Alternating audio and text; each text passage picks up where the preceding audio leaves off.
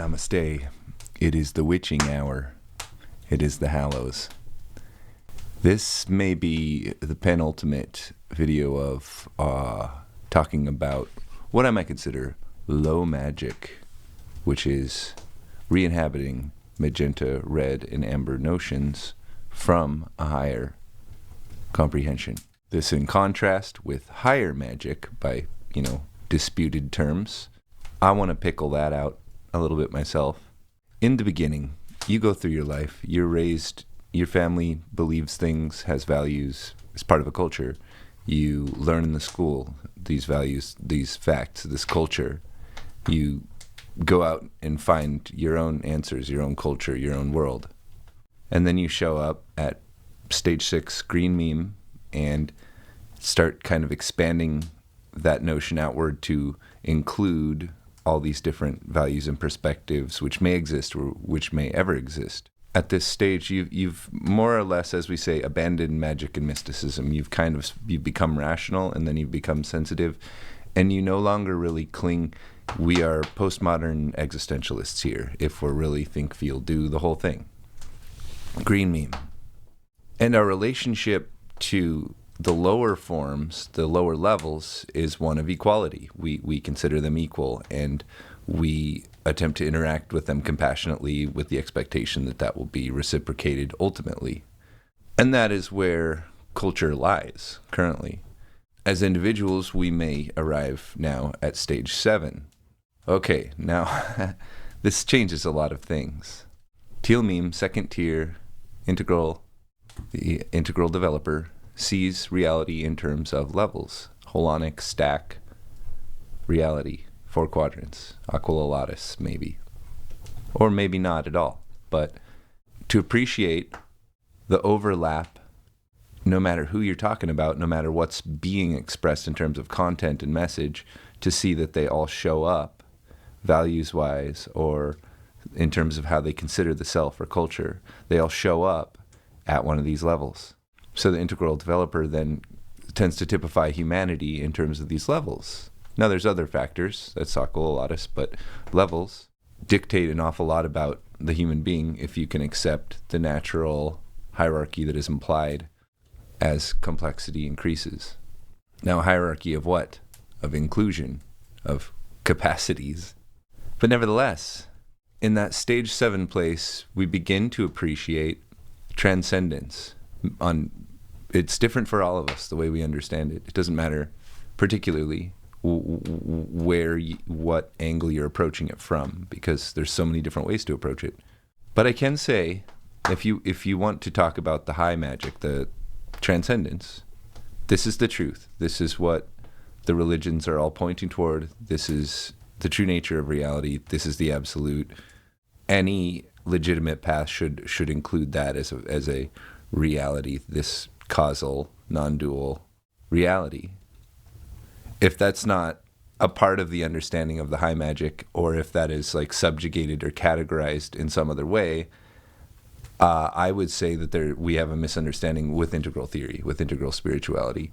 And we are to understand that the sorts of magical role-playing sorcery, the sorts of trance states, and these sorts of practices are where we would put these in the psychic and subtle, in the still in the 3rd tier, but we're talking 9 and 10, not 11 and 12. And so now let's think about that green meme or teal meme or somewhere around there person. They're getting into, the cliche is you go to South America and you get under the tutelage of some shaman or guru, or you go to India, or you go, whatever your disposition is, you go to that different culture and you learn their values and their lore, legend, and myth, or their magenta, red, and amber.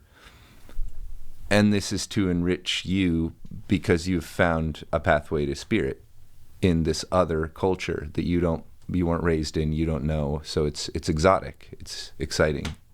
And there is a certain amount of the natives kind of laughing at that behavior. As a yoga guy, I can appreciate that. Yoga's a silly thing unless you say so, that it's not. Then it's a different thing. It's whatever you say it is. as are, of course, any religious or spiritual concepts. So, in terms of the high magic, I really have to stress, number one is a meditation practice, focusing awareness, learning how to do that, learning what that means. That's another topic, right? I question as dubious anything that doesn't at least include that or consider that fundamental to the nature of the spiritual experience in some way, shape, or form, that it is contemplative or meditative or visionary, that it involves states. So now you start to re-inhabit from that green meme sensitive place. You're starting to re-embrace elements of spirituality from a rational sensitive place, which is to appreciate them as things your brain can do, things that a person can do, human potentials. We don't really know, but we're going to find out. And so meditation is a science experiment. We're going to find out what it is and what it does. Now, as one goes out to these other cultures, you see that the culture exists at all the levels. So they will embody elements of superstition and lore. They'll embody elements of legend, local stories. They'll embody elements of myth, the wider canonical beliefs of the people. It's understood that we come there for the universal part of it, that has nothing to do with culture. And we embrace these lower forms of practice, the lower magics, because we haven't really differentiated the difference yet. But now I would encourage you, we return. And I'm saying you don't need to do any of that because you can do it here where you exist in the things you're familiar with. And so today we're talking about familiars. So at Teal Meme, in second tier, as I had begun to discover it and thought about it for a long time, and I had meditated for a long time, and it was part of my values. I really thought it was I valued it. I considered it an important thing. But it wasn't really in my do yet. It wasn't a thing that I do, think, feel, do. So I hadn't really brought it in. That's how my system works, think, feel, do. It might be different, but for me, the doing comes last. I'm a planner. I'm a set it up first. As James and I say all the time, we are not a particular level. That's our top level that we center on, that we are playing with. So that appears to be our game surface. But we're actually a stack of all the levels, and we still have instinct, we still have lore and legend and myth and rationality and sensitivity. We still have all these things. So how can I now approach magic, low magic, superstition, free association? And so I had brought this up in the video on Jung, and now I'm applying it more to the personal, to the Pee-wee's Playhouse spirituality, the unThinkMe spirituality, the way that I understand it myself. Low magic. For it's the high stuff, meditation, it's the same. You want to, universalize it as much as you can. But there's also the matter of the personal. There's also the matter of the psyche and the shadow and the path to getting there. And so you can learn from other cultures, but now you ask yourself, what's my culture? What do I come from? Well, I've sort of given it away already. I was raised by a television. The magic was TV characters. The legend was the stories on shows and in books. The mythos was the meta of universes, fictional universes. That's kind of what we focused on as kids, video games. Now, there was social stuff, outside of that, but, to really place what my psyche draws from, it is entertainment media. And I imagine that's true of a lot of yourselves as well. And so we may find it, we all come from different places. You may find it silly to go to another culture, a much less wealthy culture, to go and find a strange person out in the middle of nowhere and have them teach you about spirit. You might find that strange. And you might find the behavior of children strange, that they have imaginary friends, that they have protective blankets and things like that. And yet, nevertheless, I encourage you to really search and see, is there nothing that is nostalgic to you, that reminds you of a certain time and place? Is there nothing that is your favorite thing that you worship? Is there no sports team that you carry relics of that team? Is there nothing like that? I think with people, we do, this is humanity. This is how we are. We exist as lore and legend. magenta and red. I've written more than 1,000 songs, mostly just for me or just for therapy or whatever. I've played hundreds of them in bands, recorded hundreds of them. So for me, it's easy to sort of draw out what my personal mythos is, because I've been generating it in this sort of hobby work that I do. I have a vast personal mythos. That's what my mythos is. It isn't Halloween and Christmas and birthdays. That's the America meta. That's not really me. Mine is a sentimental attachment and a personal attachment to certain concepts, certain heroic notions. And I notice that the idea that I'm a silly being has always existed as somewhat of a challenge for me. Now, I've explained, these are the two most obvious things when you're a stranger, is that I wear women's clothing and I carry stuffed animals. Those are pretty big red flags, right? Well, are they? Why do I do that? So I make this channel where I explain why I do that, so hopefully it makes sense. The challenge is that I'm just being silly. I'm just putting on a show. I'm a clown. And I accept the challenge. I am a clown. I am being silly. This is the nature of my lower magic. This is how it works. If I don't do it in my own voice, in my own personality, in my own character, drawing from my own personal mythos, it's really easy to miss the point of what this all is. This investigation of the psyche, the subtle. It doesn't come from the Middle East 2,000 years ago. It comes from the experiences that I've had, the things that I've read about, the things that I've been exposed to. Of course. And so at stage 7, it's easy to be a dialectical thinker and to identify as an atheist and also a theist, both at once. It's not particularly agnosticism. It's like an enthusiastic belief in both, because they're both the truth of humanity. They're both the truth as seen from our perspective. And so it's kind of silly to be one or the other of those, to choose one or the other of those. That's kind of silly. I don't mind looking silly to the public. I like that. That's great. But I'm not silly. I have come to recognize that I live in a silly reality, and I'm going with the flow. This is a silly thing going on, and I'm down to clown. So let's attempt to abstract out the meta just a little bit here. What is the wizard doing? What is the magician shaman doing? What are they up to? Well, we know the magenta and the red mind. We know how it works. We can see it in ourselves. We had started to talk about archetypes, which can also be called spirits, just the essence of something, and the relationship of the self archetype. Ego, right now, understands itself, has a certain attitude about itself, has an opinion about itself. That is another archetype applied to that archetype.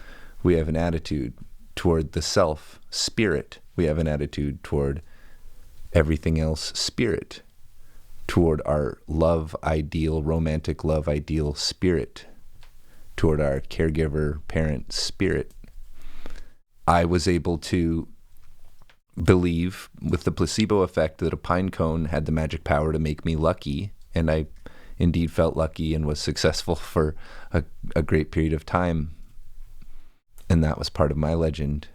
I discovered that just as conventional psychology will tell us that it's important to have a very positive, very giving relationship to reality, to the self, to the environment, to the circumstances, very forgiving, very compassionate. That aligns with all the spiritual traditions, and it aligns with conventional medicine. It's good for your health. It's good for everyone. This is what we want. This is what we're after. Green Meme even gets it. And some of us, this isn't really my potato, but some of us have a real dark side, a real thing within us that we can't control, a real shadow that actually acts out its terror upon the world that the front of house is trying so hard to prevent, and that whole deal. thing. You don't want to let it out. You don't want anyone to see it, but it's coming. It's coming for you. This is what we do. This is magic. It's the relationship between spirits, with the self as a sort of orienting locus, the self in relationship to spirits. So a pine cone can be an amulet, or a stone can be an amulet, or a book can be an amulet. It's whatever you want, because we're just playing pretend. That might be offensive to some people, and it might be hilarious. Who cares? It's silly. I'm okay with it being silly. That's my point. You can dress it up in a lot of ways, and people are still going to call it silly because it fundamentally is silly. Because our world is fundamentally silly. The placebo effect is a very effective medicine. Probably more effective than whatever you take for whatever ails you. In a lot of cases, that's a rather bold claim. But man, we sure are on a lot of stuff for a lot of things, and it's always run up against placebo. Placebo has far fewer side effects. So at least in a preventative sense, perhaps we should use this. Okay, what do I do as a shaman? What does a shaman do? Well, they seem to consider the sky to be populated with the ancestors, those who have departed. They're watching over us. Yeah, I can do that. That makes sense to me. You know, when you lose someone, when they die, you're never going to see them again. They're not going to have more activities in your life, but the ones that existed as memories, it's just like anybody else that's still your friend, that's still alive. They still exist in that sense. They're still a character in the story. They haven't gone anywhere in your psyche. And your psyche is going to struggle through the grief process and indefinitely with the fact that this spirit exists disembodied up in the sky or in the underworld, whatever your deal is. But not here, not right here, of course. Of course, don't be silly. So, okay, I can do that. I can communicate with those spirits. I can pray to the spirit of the universe. I can have self-love and a sense of positive affirmation toward the self as conventional therapy recommends. Instead of just having tools that I got at Walmart or whatever, I can have that stuff, that's fine, but I can make them special, and they can be my special tool, just like when I was a kid and I had special things, but now it isn't. I don't believe it. I know it to be imaginary, and yet it's still effective. From this perspective, it makes sense to enchant your things, your special things, your close things. You don't want to have too much, or else you'll start to forget. It'll be a lot to keep track of. Don't ever give me stuffed animals. So now I want to consider aspects of the psyche. In the big mind process, you might talk to different parts of yourself. You know, what's the lonely self? Hi, I'm the lonely self. I can never seem to find anyone who wants to be around me. Right? Hi, I'm the eager self. Geez, I really want to be the eager self right now. It's just so exciting to me. I can't wait. So you can play all these different spirits. Okay, so maybe it would be useful to store that, like a Horcrux, like in Harry Potter, to store that in an object. Maybe these scissors could represent something to me. And I could thus, you know, in different types of therapy, what you're trying to take a subjective thing and make it objective to look at it as a fact. Here you can take a thing and put it into an object and have a me and you as a rather than me and it, or me and this concept. Me and you. You're the concept. You're my anger. Oh, I'm so mad. I'm going to get them all. I'm going to cut them up into bits. See, I can look at that. That's funny because I'm serious. I really cut them up. Get them. Ah. Anger scissors now. Because I'm just playing pretend. But this is a lot of what you do in therapy. And this is actually effective. Life is a form of play. And the things that give you energy, that make you feel like you're succeeding and winning, these are imaginary currencies. These are play acting.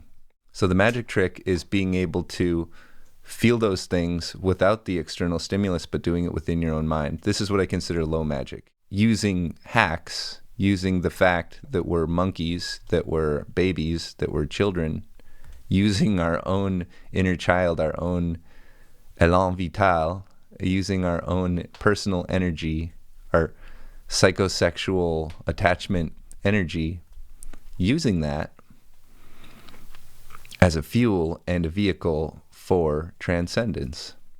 And so, of course, don't do my practice. I can teach you, but do your own practice, and you can teach everyone else. So we have not yet pitched the ideal, the brand of the self. We have not yet created who we are so much, but we are coming at this situation. We're arriving at stage 7 or 8, and we're looking upward. We're looking towards waking up, and we're investigating low magic and high magic, hopefully. But if you're interested in low magic, all these things, the things that are actually out there that people offer to you, this is low magic, this is new age, this is what's called magic. Here, we have to get to know the bits of the self, which of those are maybe coming out from the front, and which of those we may tuck in at times or repress as shadow. And so we understand, as I've said, when you're happy, the whole world isn't happy. Everyone has their own bubble, where ants in VR helmets, as Spencer says. When you're transcendent, the whole world isn't transcendent. It may appear to be. Everyone may appear sympathetic to whatever vibe you're putting out, but this is an illusion. This is imaginary. So here we're taking those pieces of ourself, and we want to find a really crystal clear one. So I go out into the world and I seek something that's looking back at me, that's reflecting on me, that's singling itself out as an important gestalt. So I'm tapping into my psyche and I'm looking around me. I'm at the Goodwill bins, and there's a kangaroo. And we make eye contact, and I realize that this is saying something to me. And I ask, "Hi, kangaroo, what are you like?" And they're like, "Oh, I'm a kangaroo. I like to hop around." Yeah, that makes sense. Okay. And you're kind of tall and lanky. Yeah, I'm tall and lanky, and this is of course a character I've made up, and I'm imagining it into this. So why am I imagining that character with that thing that stood out to me? Because of course it's a character that exists within me that I can project outwardly. You can do this with a broom. You can do this with a cat or a frog. You can do this with a little statue. It doesn't have to be a stuffed animal. It doesn't matter what it is. But when I was a kid, I had little dolls and stuffed animals and action figures. So of course for me, that's what it would be, obviously. And so we're doing what an interior decorator might do. You put plants in a room, does it actually change the environment? Putting plants in a room. Well, you can create a little environment so it feels a certain way. Interesting. Magic. You're directly affecting the psyche by hacking the environment. That's silly. It shouldn't change anything about your psyche to put plants in a room or not, or have a completely empty room with no wall hangings, nothing going on at all. But the psyche has needs too. It's not simply practical. And so I'm arriving at stage 7, inventing my own personal form of lower and higher magic, and discovering that my own lore and legend is contributing to my comprehension of the spiritual, and it's becoming almost like it's demanding of me that I understand these things, that I confront these things, in order for me to comprehend my own psyche, in order for me to confront my shadow, and in order for me to move forward. See, the things that are play acting my devils and demons are Count Dracula, Chucky, Jason, Freddy Krueger. This is the villains that I grew up with. So these are my demons. They're not from some other culture. They're not the demon entities of my people, or are they? My people is apparently entertainment media, global entertainment media, corporate. So Orange Meme still has devils and demons. I have nightmares about them. And when my psyche is represented in a negative, that's how they manifest. And as all this is kind of dawning on me, and I'm awakening to this new form of practice and these new challenges, Jet comes on the scene, and she does this thing. This really amazing thing that I found very intriguing. She just kind of shows up. She's got her little pal, Milo Greyhorse, and Milo likes to dance. Whoa.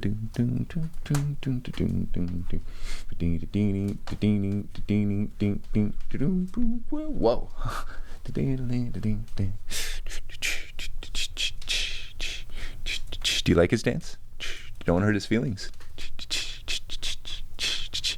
So it's kind of flirtatious, right? And I kind of feel like this person is perhaps trying to make me feel silly with this behavior, trying to get me to participate in it so that I'll look silly. Okay.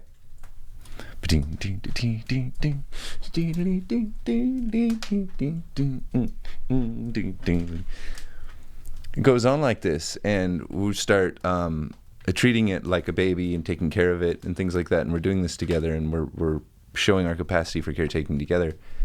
And Milo Greyhorse keeps popping in and asking for things. And apparently she'd been doing this for quite a while, and tries to find really stiff people who you would never believe, that they would get involved with this. An old veteran guy. Well, let's see if ding, ding, ding, ding, ding, ding, ding. Make him dance. You do it. You do it. You do it. He needs to dance. Oh, he needs to dance. You do it. Yeah. And I learned one day that it's better for me psychologically if every day I get up and pump my fist and go, yeah, to the world, victory. And so Cody and I do that together. Yeah. Yeah. It's a constant reminder. And so if you see me carrying these around and talking to them and asking them questions and being surprised by their answers at times, do I think they're real? I don't think my cat's real. I think this is all imaginary, my friends. So if you think I look silly with Cody over here, Cody's not silly. Cody is badass. I'm badass. Reality's badass. You're the one calling it silly. I don't know. I don't know what you're all about, bub. And so simply by that mimetic transference, I learned this behavior and I began to participate in it. And then I started transplanting bits of myself into these characters. Now, obviously, by me showing you my hall of shadows over here, you may think I'm making myself vulnerable because you could kidnap him and you could pour oil on him or rip his head off or something.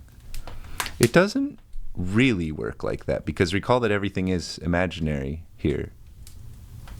So in this imaginary thing, I've gotten you to participate. You're kidnapping a stuffed animal. You're torturing a stuffed animal. That's when I've won. And in that fantasy role play we do, I'm going to be very upset, very angry. I lost Daryl the assassin. I took him on a trip on an airplane. We had a great time. Came back, I took all the kids and even the dinosaurs to see a Jurassic Park movie. That was epic. That was controversial. Dinosaurs were sort of the bad guy. If you were watching it as a dinosaur, it may have appeared that way. In this particular one, the dinosaur was very much goofily made into a monster, horror monster. And Daryl disappeared. I was very grief-stricken. Yeah, it was pretty intense, You ever lose a cat or something? It's just like a rodent, but if you've attached to it, call it a name, given it a status. Thing about Daryl, though, is I lost his form. His form was sort of ragged. He was a dromedary camel. And he was an assassin. He would go and sneak off and do his work sometimes. And he's either out there doing that now, or he's died and he's gone to heaven, and he's in heaven. Here we are. Daryl hasn't gone anywhere. So it really doesn't... It's certainly declaring war, imaginary war, to do that, but it isn't actually an affront to me. It doesn't harm me in any way, no. I just have less stuff and am more mobile in that case. So returning to the origin of our species, this is how we are. Things are special to us.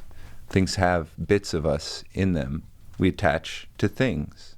So I do it willfully. I do it on purpose.